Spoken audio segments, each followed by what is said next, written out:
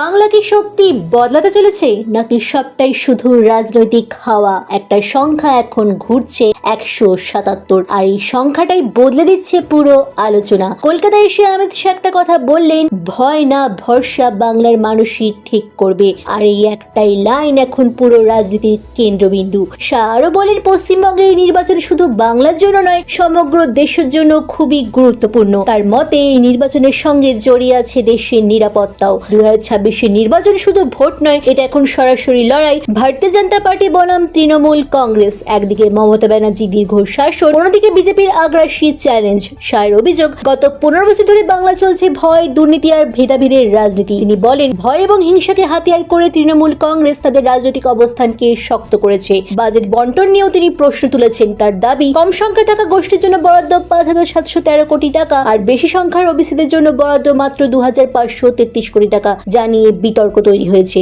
এর পাশাপাশি তিনি 3টি বড় ইস্যু সামনে এনেছেন: অনুপ্রবেশ, দুর্নীতি এবং আইন শৃঙ্খলা। অনুপ্রবেশ প্রসঙ্গে তিনি বলেন, সীমান্ত দুর্বল হলে তার প্রভাব পড়ে স্থানীয় যুবকদের কাজ এবং মজুরিতে। দুর্নীতির ক্ষেত্রে নিয়োগ প্রক্রিয়া থেকে প্রশাসন সব জায়গায় প্রশ্ন উঠছে বলে দাবি করেন তিনি। আর আইন শৃঙ্খলা নিয়ে তিনি প্রশ্ন তোলেন, রাজ্যে মহিলাদের নিরাপত্তা কতটা নিশ্চিত। তিনি আরো অভিযোগ করেন, তৃণমূল কংগ্রেসের শাসনে আইন শৃঙ্খলা পরিস্থিতি ভেঙে পড়েছে এবং রাজনৈতিক হিংসা বেড়েছে। অনুপ্রবেশ নিয়ে কড়া অবস্থান জানিয়ে তিনি বলেন, শুধু ভোটার তালিকা নয়, দেশের যে কোনো প্রান্তে থাকা অনুপ্রবেশকারীদের চিহ্নিত করে দেশ থেকে বের করা হবে, এটাই তাদের সংকল্প।